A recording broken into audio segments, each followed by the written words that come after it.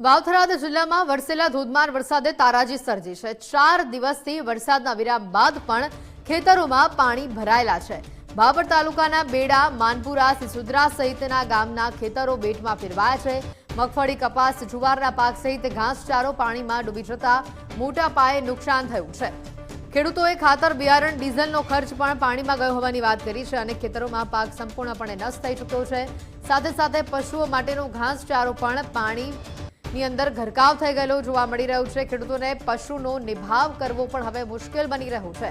Bhabhar Radhanpur highway પર ગરનાળું નાનું હોવાથી વરસાદી પાણીનો યોગ્ય નિકાલ થતો ન હોવાનો આક્ષેપ કરવામાં આવી રહ્યો છે। ભાભર તાલુકા સરપંચ એસોસિએશને તાલુકા વિકાસ અધિકારીને આવેદનપત્ર આપ્યું છે। તાત્કાલિક સર્વે કરી સહાય ચૂકવવાની માંગ કરી છે। તાલુકા વિકાસ અધિકારી મામલતદાર સાહેબ ને અમે આવેદનપત્ર આપવા આવ્યા છીએ।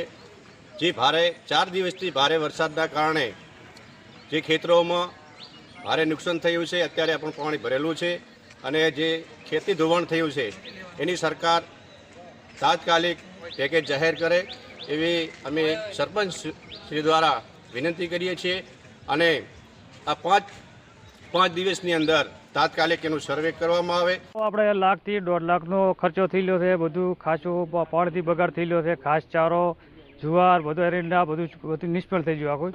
કોઈ સરકાર આપણને હાલે તો સાહેબ બરોબર છે, એટલે કે બેઠા છે હાલ તો। કેટલો ખર્ચો કરીને તૈયાર કરી? કેવું ખર્ચો તો બધો ગળો તો 1 લાખ 2 લાખનો ખર્ચો થઈ ગયો છે હાલની તારીખમાં। આ બધું પાણીને લીધે બધું સાફ થઈ ગયું, કોઈ બાકી રહ્યો નથી। ઘાસચારામાં બધામાં નુકસાન થાય। માલ અત્યારે ઘાસ વગેરે ઊભો છે। સરકાર કોઈ સહાય હાલે તો આપણે બરોબર છે। કપાસમાં મોટું ભાગે નુકસાન અમારો છે। કપાસ લગભગ 25 થી 30 વીઘા જેવો હાલમાં અંદર બળી ગયો છે, હાવ સાફ થઈ ગયો છે। એમાં કોઈ સહાય મળે આપણને તો બરોબર સરકાર આપે તો। બહુ નુકસાન છે। બીટી કપાસ વાવેલો તો ઘણું નુકસાન છે। 10 વીઘામાં આખો કપાસ બળી ગયો છે। પાણી હજી ભરેલા પડ્યા છે। અમારી આજુબાજુ પાણી ભર્યા, ખેતરમાં પાણી ભરેલ પડ્યા છે અને માલ માટે ચારો બારો બધું બળી ગયું છે સાહેબ। કપાસમાં ઘણું નુકસાન છે। અમે સરકાર પાસે માગણી કરીએ છીએ સાહેબ કે અમારે કાંઈ સહાય કરે સરકાર।